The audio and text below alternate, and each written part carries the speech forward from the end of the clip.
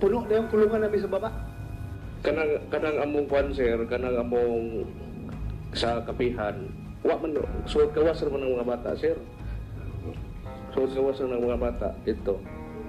Suot gawas. Ibig Oh. sabihin, labas-pasok. Oh, So, friends, labas-pasok lang kayo doon. Pwede kayo makalabas anytime. Pwede kayo bumalik anytime.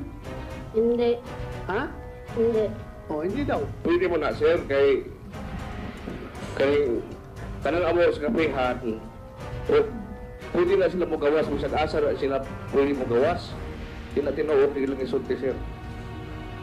Again, I am reminding you, Kay kanang among... makinig ka muna. Opo, sir. Makinig ka. Kahit na ikaw ay Haring Agila, pwede ka pa rin ipakukulong ng bato kapag ikaw ay nagsinungaling dito sa Senado. Ha? Bibigyan kita ng fair warning, Haring Agila. Ha? Huwag ka magsinungaling dito, magsabi ka ng totoo kung ikaw ay talagang reincarnation ng Diyos, ay dapat lahat ng virtues ng isang Diyos ay nasa iyo. So sana huwag kang magsinungaling, gusto kong magsalita ka ng totoo. Okay? So, ulitin ko, again, for the record,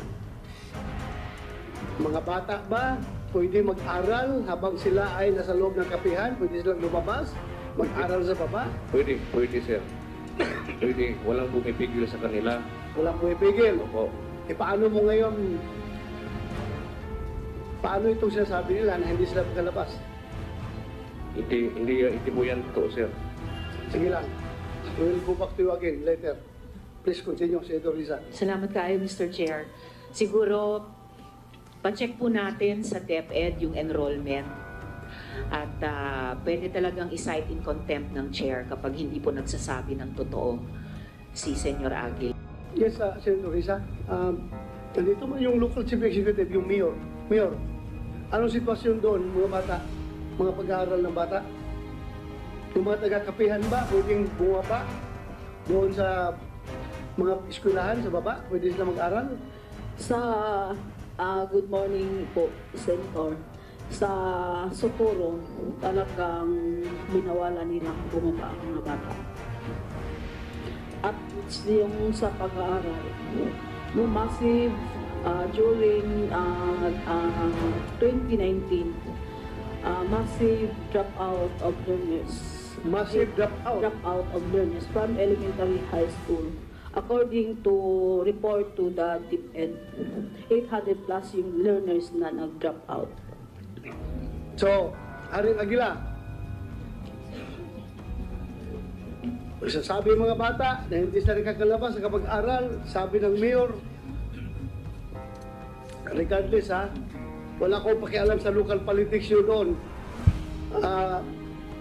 Haring Agila, makinig ka muna. Wala akong pakialam sa local politics yun doon. Kung meron kayong hindi pa kayo intindihan sa politika, ang akin dito yung kapakanan ng kabataan. Ha?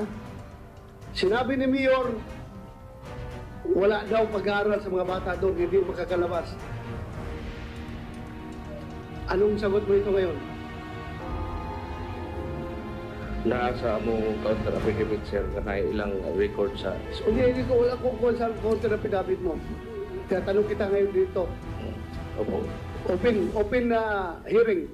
Opo. Anong sagot mo? Saan, sir? Ha? Saan sa, sir? Yung sinasabi ni Mayor na ang mga bata hindi nakakapag-aral at masyadong bumaba yung enrollment doon dahil nga nandoon na sa kapihan ang mga bata. Yung totoo kasi, sir, yung sa 2019, nag-request me o nagwan me o gusto me nga magkatukod ng eskwelahan, gumikan kay ang kanado ang eskwelahan sa Kuan, sa Lanitak, Wala akong problema dyan, wala akong problema. Ang tanong ko lang kung nakakalabas nila sa kapihan para pumunta sa eskwelahan doon sa baba. yes, you know what? Yes? Gagawa sila. So, strike 2 ka na ha? Oo. Kanina, strike 1 ka dito. Oo. Dito ngayon, strike 2 ka. Isa pang strike 3 ka. Sigurin natin ha, yung tama yung sasabi natin. Ha? Haring Agila. Puno na yung kulungan namin sa baba. Marami doon. Nandoon yung mga kinulong Ayaw ko na magkulong pa doon. Please, tell the truth. Ha? Huwag kang magtago-tago dahil kahit sinong Diyos sinasamba mo, hindi yan makakatago sa katotohanan. Dahil ang Diyos, gusto ng Diyos, katotohanan ang lalabas sa hearing na ito. Ha? Prangkahan tayo. Ha? Lalabas ang katotohanan dapat. So kung yung version mo ang katotohanan, walang problema. As I've said, we are fair here. Wala kaming kinikilingan dito. Ang gusto na namin katotohanan. Kaya huwag niyo kami lukuhin dito. Ha? Hindi kami niyo pwedeng papaniwalain na katapusan na ng mundo bukas at kailangan umakyat kayong lahat doon sa kapihan para masave. Hindi niyo ako pwede mapapaniwala ng ganon. Kaya, please lang, magsabi tayo ng totoo dito. Harin Aguila. Ha? Thank you. Senator Risa, please continue. Salamat kayo, Mr. Chair. Muli for the record, 30% lang ng mga bata ang nag-aaral. At sila yung 30% na pinapayagan para makakuha ng 4Ps. At isa na po ito na iniimbestiga ng DSWD. And for the record din, Mr. Chair, bago ko naman tanungin si Elias Coco, yung sinabi po ni Mayor Riza na massive dropout ng 800 plus na mga bata sa pag-aaral noong 2019. Kung di po ako nagkakamali, ito po ang sumunod sa Lindol doon sa Surigao del Norte, sa Socorro, na ginamit na pagkakataon ni na Senyor Aguila na tawagin yung mga kababayan nilang sumunod sa kanya paakyat sa kapihan. So, Mr. Chair, gusto ko naman pong tanungin si Elias Coco. So, Coco, tulad ng tanong ko kina Jane at Renz, ano yung mga naranasan mo doon sa kapihan? Kung sa imong nagian dito sa kapihan, kanang masi-masi na pagkuhanan is pagsol bantayon kay sunod komandasyon anak magkuhan na sumi ka ng mag-form sunod mga mag-form magmasi-masi may sunod mag-jogging bangin raksak. Ano bang naranasan mo, Coco? Pinababatay sila sa paksol at may mga formation sila, mga jogging at mga masi-masi. Yung masi-masi, Senator Risa, it's a form of punishment sa military, sa police. Yan sabi yan, masi-masi. Punishment in mass. Yung bang nagmasi-masi sa inyo, ano yun, mga dating sundalo, dating police? Itong nanguntang na polis. O nag-awol na police, whatever, basta dati siyang police. Yeah. Ano naman ang pagkakilala mo kay J. Renz Kilario, kay Senyor Aguila? Ngayon siya ko na ang Ginoo. So, consistent, no? Kayong tatlo, ni na Jane at Renz, Panginoon ang pagkakilala kay Senyor Aguila. So, ikaw naman, Coco, bakit ka tumakas sa kapihan? Sa kapihan.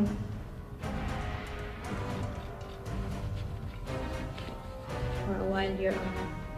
Okay po. Sorry, Coco.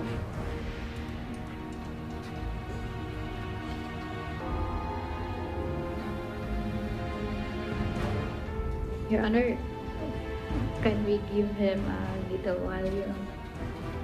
NBI ng Caraga.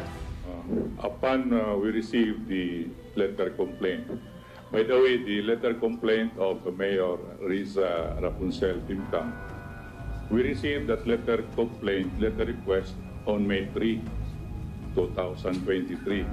And the following day, May 4, our agents were already in Socorro, Surigao del Norte to conduct the investigation and continuously the next succeeding days. So, when we completed the investigation, we issued a subpoena to the leaders of Socorro Bahenia Services Incorporated to appear before our office on May 17 The subpoena was issued dated May 9. However, on May 11, we received a letter from their counsel telling us that requesting for the resetting of their appearance at our office because allegedly they were set to fly to South Korea. Sino pupunta ng South Korea? The three of the personalities, Your Honor, listed there in the letter. Number 1, Jerin Esquilario, Karen Sanico, and Janet Ahok. The other one, Mamerto Galinita, was included in the letter that left for South Korea. That's why we waited for the May 17th schedule, as we were hoping that at least one of them will appear at our office. However, on May 17, nobody appeared. So on May 18, the next day, we issued again another subpoena for the 4 of them to appear at our office on May 30. So, but on May 30, still nobody appeared. They did not appear, the 4 of them, for reasons only known to them. However, the just-centered lawyer, we issued a subpoena to ask them if they will allow us to go there and conduct inspection and to assure us that we will not be harmed.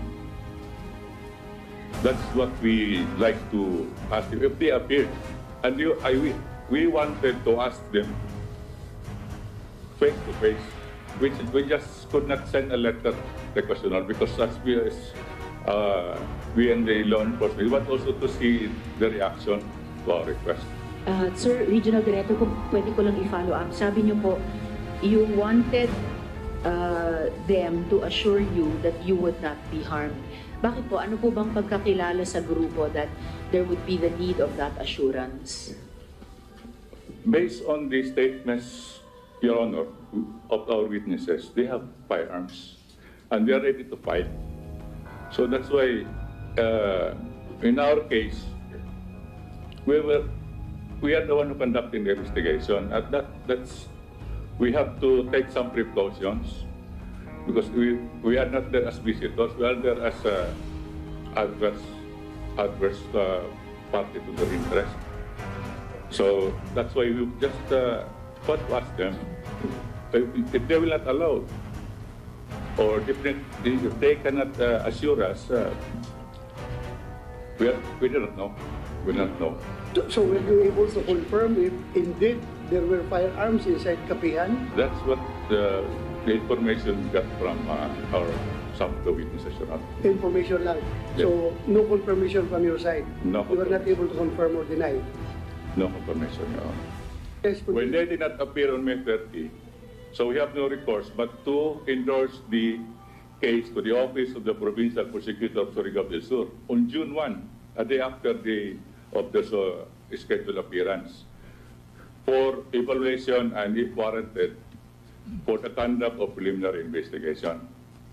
So, at that time, we already endorsed the case against subjects whom were commended for the crimes of qualified trafficking, kidnapping and serious illegal detention, violation of anti-child law,